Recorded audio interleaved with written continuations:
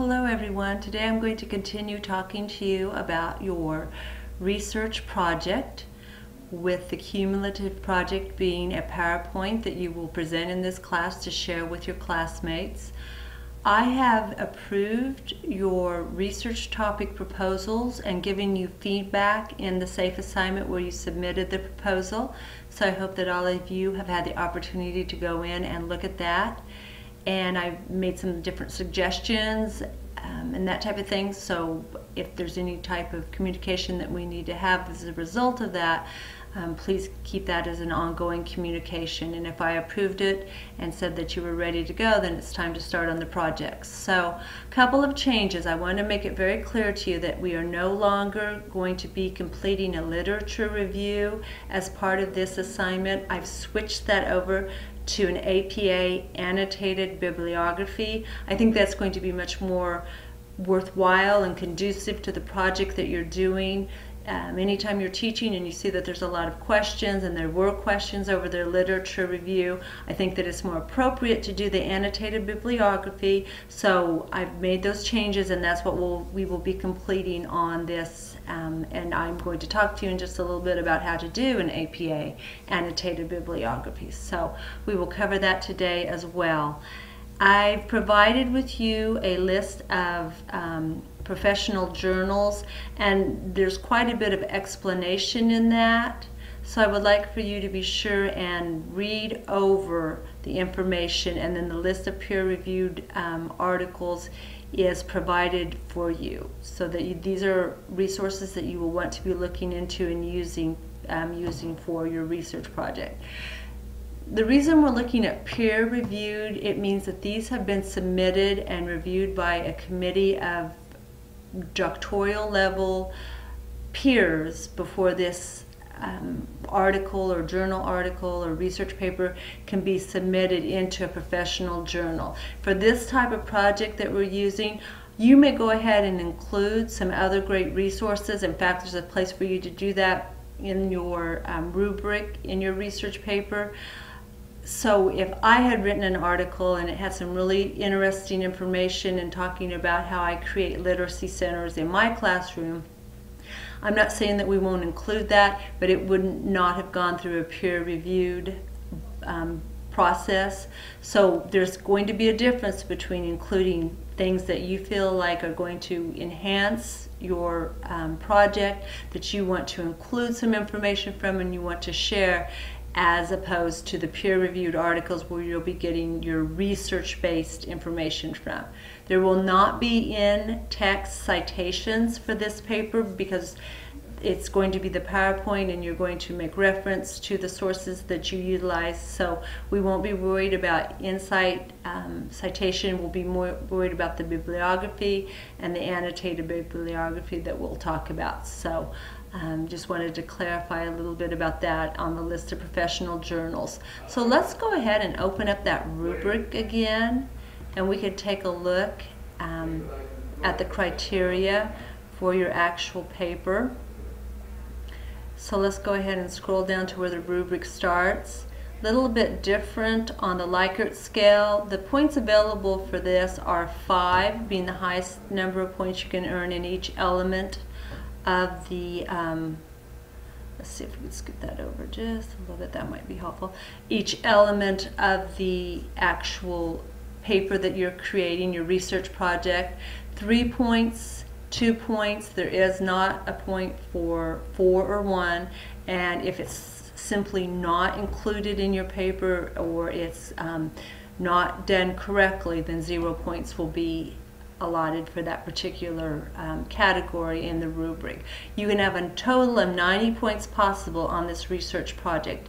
There are 45 points, and there's going to be, it's weighted by 2. So you could earn up to 90 points on this particular research project. It's kind of the big deal of your emergent literacy class. So I'll be looking at the guidelines for that.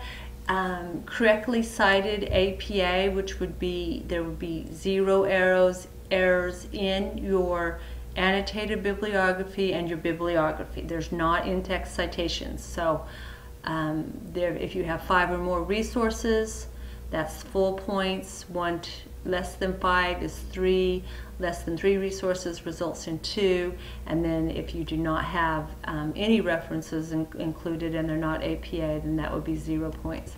Mechanics, that goes back to the syntax. The expectation is that there will be 0 grammatical or typing errors in this project that you're putting forth to share with your colleagues and with your peers. Make sure that you proofread it. My best suggestion for proofreading is to start at the bottom and read up, because you're not reading for content then, and you might be sure that you would catch any errors that would be in that. You can see the scale for the mechanics. Scope is the content and what is actually in your paper. Your response needs to be concise, related to the topic, and sequential. And you can read through the criteria for that. I think that's pretty self-explanatory. Application of theory. How are you going to use this theory in your classroom? A minimum of 5 slides needs to be devoted to explaining how you're going to use this in the classroom, and then you're going to include at least 6 strategy for teaching regular students as well as children with special needs. 6 strategies. It's easier if you're doing, possibly if your topic was the big 5, I think this will be reached fairly easily. ELL, that will be absolutely an easy one. If you're going to be talking about family involvement, you might have to change it a little bit to how you can make that applicable to your specific topic. When I talk about the 6x6 rule when we're on the PowerPoint presentation form, a lot of times we talk about we want it to be 6 lines, no more than 6 words per slide. Sometimes that's just not possible to do, so we need to have a minimum of 15 slides, not including the title page, your glossary, or the APA bibliography. And I'm going to be looking at things like attractiveness of your presentation, visual, the font that you use, the background that you're going to be picking, if you're using animation. Make it as interesting as you can. I know we've all done PowerPoints, but for this purpose, and rather than putting together like a Prezi, this actually works better to do the PowerPoint presentation. So when it says, you know, if you have less than 7 slides, that would be where the Likert scale would come in. The 6x6 rule, I'm just talking about for several slides, it doesn't hurt to have 6 lines, 6 words or less, but there will be slides when you have more than that because you're trying to get more information across in a PowerPoint or in a research type situation. Okay, I want you to include a video, a YouTube video that's going to supplement the information in the presentation and enhance the quality of your information. You either will include the video and it's going to accomplish this for 5 points, or you will not include the video and it does not. So what we want to look for is something that's going to be out there that is at a more professional level, that's going to be talking about your particular topic and showing maybe a classroom where this strategy or technique is actually in place. Maybe it's the theorist, maybe you're talking about constructivism, so you have Jerome Brumer or Lev Vygotsky and talk about zone of proximal development. Include that in your presentation. That's outstanding. You'll just load that into your actual PowerPoint. The children's literature list, that's going to be the APA format, is going to be, you're going to be collecting a minimum of 10 children's books related to the topic, and you're going to be creating a bibliography and including those. So we can, when you Skype me and have questions about this, we can talk about that if there's any questions on that, but you're going to be including a children's literature list that goes along with your topic. Sometimes it's a little bit more of a challenge depending on what your topic is. Handwriting Without Tears, a great literature resource would be lots of alphabet type books, ABC books, so there's things like that. So some people it will be a little bit more of a stretch, but we'll make it work. I want you to include a glossary of terms. Again, it's the 5 points that's there, the 0 points if it's not included. Key terms that are used in your presentation.